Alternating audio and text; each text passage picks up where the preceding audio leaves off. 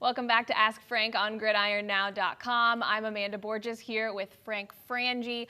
Frank, after a record week of having 10 teams in the AP Top 25, 3 fell out of the Top 25 this weekend: Arkansas, Tennessee, and Mississippi State. Now, Auburn didn't fall out of the Top 25, but they tumbled 12 spots. Frank, of those teams, which were the most disappointing to you? You know what? Of all of them, probably Arkansas, because they lost the game. Now, look, Toledo's got a decent team, but Arkansas, that was my team, right? That was the team I thought was the sleeper team.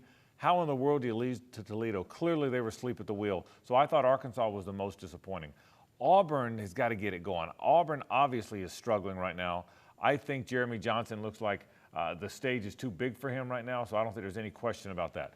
Tennessee blew the largest lead it had ever blown at home in the history of the program. I still think Tennessee's got a good team, but teams that haven't been winning big games don't know how to win big games. They have been miserable against ranked teams.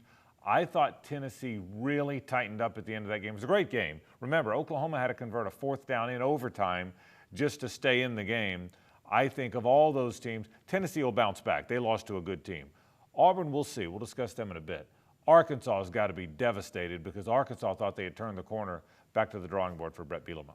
Well, let's focus on Auburn. They needed overtime to beat an FCS school, Jacksonville State, and because of that, they slipped from number 6 to number 18. Frank, were they overrated going into this game? Absolutely. They're absolutely overrated, and I'm guilty. I'm among the many that are guilty of overrating Auburn. They're not nearly as good as I thought they would be. They're pretty good on defense, but they're not great on defense. Now, look, Jacksonville State's a decent, smaller division team, but there's no way they should go in there and hang around with them like that. I think Jeremy Johnson's the problem, and God bless him, he's trying. He made a big boy throw at the end, that last touchdown, but I think Jeremy's really struggling. I think he's uptight. I think they need to run the ball more. I think too much was made of him by everybody. Remember, if he was that good of a player before, he would have been playing. Nick Marshall wouldn't have taken virtually every snap when he was healthy like he did. Jeremy Johnson has really struggled. I think Auburn's got problems, particularly in a West that is so good. So yes, Auburn was overrated. I'm among those who were very guilty. I picked them to win the West. I'd like to have like a mulligan on that. They're certainly a struggling team, no question. South Carolina and Florida weren't ranked in the poll, but neither teams played great this weekend. The Gamecocks were upset at home by Kentucky, and the Gators had to hang on in order to beat East Carolina. What is your takeaway from both of those teams? Yeah, boy, the ball coach thought he had a good team. He's really struggling, and now he's lost his quarterback, Connor Mitch, so he's going to have to go with Perry Orth at least for a while and then figure out who his quarterback's going to be. Surprised South Carolina is struggling the way they have. They've struggled really every time out now, so I'm surprised a little bit by the South Carolina team. Florida, I'm not shocked they struggled. I think Florida's got a ways to go. The story, though, in Gainesville is Jim McElwain lost his mind. Now, I don't mind the temper tantrum if you're trying to get your point across, but you got to be careful. There's a fine line between coming off as a guy that's a strict disciplinarian that's trying to get his players to buy in and understand, and coming off as an angry guy or even a bully. I don't think McElwain's a bully. I think he's trying to get his point across. But there's guys like Bob Knight and other coaches who have gone from that tough disciplinarian label to a label of a bully, and it's a fine line. So I think Mac's got to be careful. I think he's okay with where he is right now. I think those players believe in him. I think they buy in what he's trying to do, but he's got to be careful. You can't have too many of those outbursts. I'm not surprised. I think Florida's got some work to do. I'll say it again. Florida's got to pick a quarterback.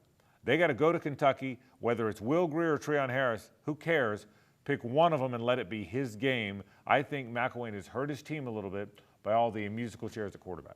Well, let's switch gears to the teams who were actually impressive in week 2. Alabama looked good against Middle Tennessee. Ole Miss, they were scoring like crazy against Fresno State. Frank, are they really good teams, or did they just look good because of their opponents? I think they're pretty good. I think Alabama for sure is a very good football team. I think Alabama is typical Alabama. They're solid. They play the same way.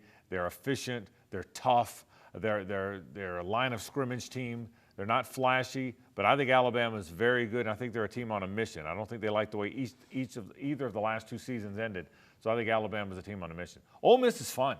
They throw it all over the park. They've scored 70 points plus twice now. They've had 600 yards in offense twice now. I think they're way more fun than Alabama. I don't know if they're better than Alabama. We'll get to that a little bit later on because they play this week. But, yeah, I think they've got 2 good teams in a conference where we're not sure which teams are legit. Yeah, I think both. Everyone thinks Alabama's legit. People aren't so sure about Ole Miss. I'm sure about both of them. I like them both.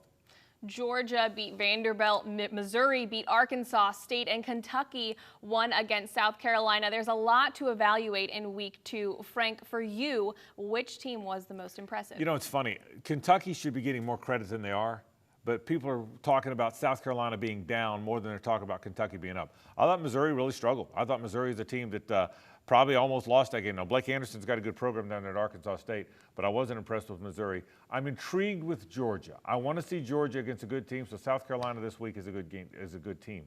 I want to see Georgia against them. Right now, I'm intrigued.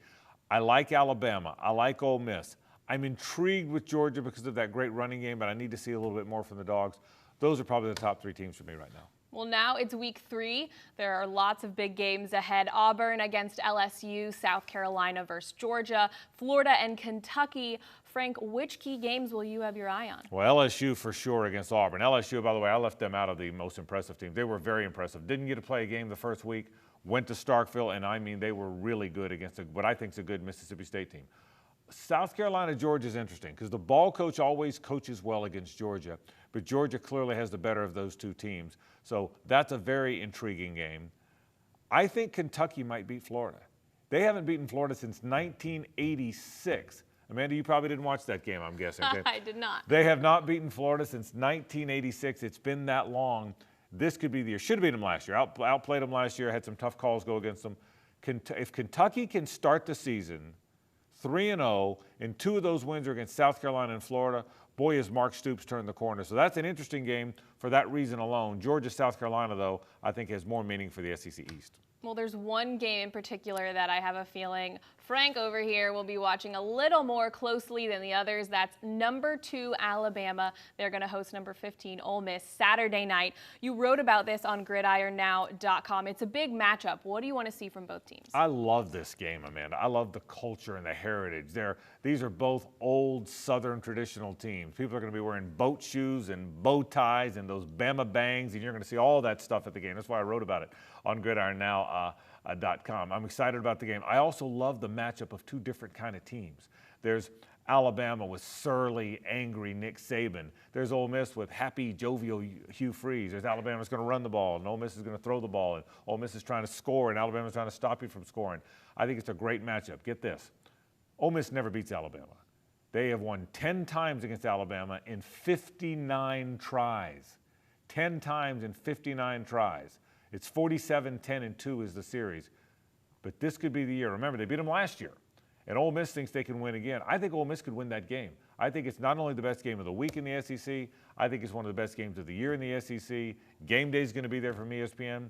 Lock into your TV at 9 o'clock Eastern time on Saturday night because that's a fun game. So I get excited just talking about it. You should be excited. That's going to be a fun game. No I'm question. excited. We have to wait till Saturday night? Saturday night. Got to wait till Saturday night. That's our wrap on Ask Frank. Check out gridironnow.com for premier SEC columns, videos, and much more. We'll see you next week.